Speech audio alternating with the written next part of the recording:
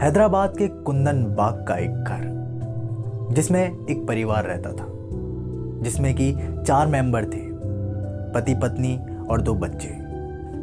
सब कुछ ठीक चल रहा था। तभी एक दिन ऐसा होता है कि एक चोर चोरी करने के इरादे से उस घर के अंदर जाता है। तभी वो देखता है कि वहां पर 3 लाशें पड़ी हुई थी, 2 बेटी और उसकी माँ की लाश। तभी इसकी खबर पुलिस को की जाती है, तो इन बॉडीज को पोस्टमार्टम के लिए भेजा जाता है। पोस्टमार्टम का जो रिपोर्ट आया वो बेहद ही चौंकाने वाला था। रिपोर्ट में ये आया कि उन तीनों की मौत 6 महीने पहले ही हो चुकी है। तो वो लोग कौन थे जिन्हें लोग 6 महीने से देख रहे थे? उस घर में 6 महीने से हलचल हो रही थी। हर किसी को वो 2 बेटी और उनकी माँ दिखाई देती थी। अगर उन लोगों की मौत हो गई थी तो आखिर वो लोग कौन थे? मौत के बाद भी वो लोग कैसे दिखाई दे रहे थे? इस सच्ची कहानी के एक भयानक एपिसोड में आप लोगों का स्वागत है। ये कहानी आपका दिल दहला देने वाली है। कहानी की शुरुआत होती है कुंदन बाग के घर से, जो कि हैदराबाद में है। इस कहानी का पता लोगों को तब चला जब एक चोर कुंदन बाग के अंदर उस घर में चोरी करने गया। वहां उसने एक महिला और 2 बच्चों की लाश देखी। वो चोर ये सब देखकर डर गया और वहां से भाग निकला। अगले दिन वो चोर पकड़ा गया। चोर से पूछताछ के दौरान चोर ने वो सब कुछ बताया जो उसने कुंदन बाग के उस घर में देखा था। फिर पुलिस ने उन तीनों लाशों का पोस्टमार्टम कराया, क्योंकि पुलिस को कहीं ना कहीं लग रहा था कि उन तीनों का कत्ल उस चोर ने ही किया है। लेकिन पोस्टमार्टम की रिपोर्ट में जो आया उसने पुलिस को भी हिला कर रख दिया। रिपोर्ट के अनुसार वो लाशें 1-2 दिन पुरानी नहीं बल्कि 6 महीने पुरानी थी और उनके मरने का कारण था जहर।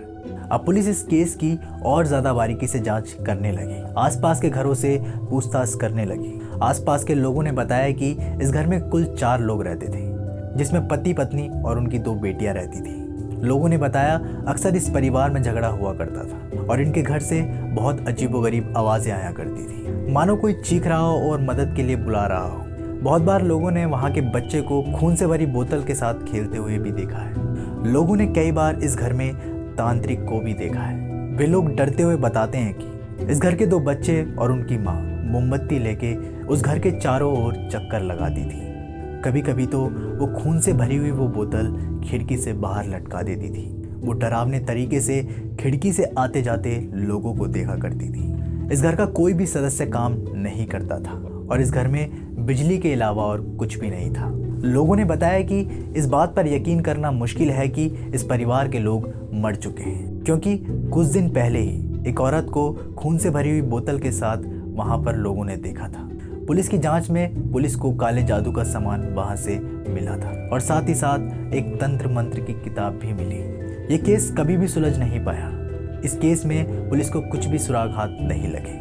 कई लोग ये भी कहते हैं कि उस औरत का पति वापस आया था, लेकिन उस औरत ने उस पति का खून कर दिया और वही खून उस बोतल में भरकर वो अपने बच्चों को खेलने के लिए दिया। कुछ लोगों का कहना है कि वो महिला काला जादू करती थी, जिसके चलते उसने पूरे परिवार की बलि चढ़ा दी।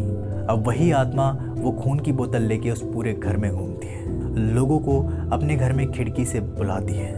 कई लोगों ने इस घर से बच्चे के खेलने की आवाज़ें भी सुनी हैं। इस घर की बिजली रात के समय अपने आप चालू हो जाती है। स्थानीय लोगों की शिकायत के बाद इस घर की बिजली काट दी गई है।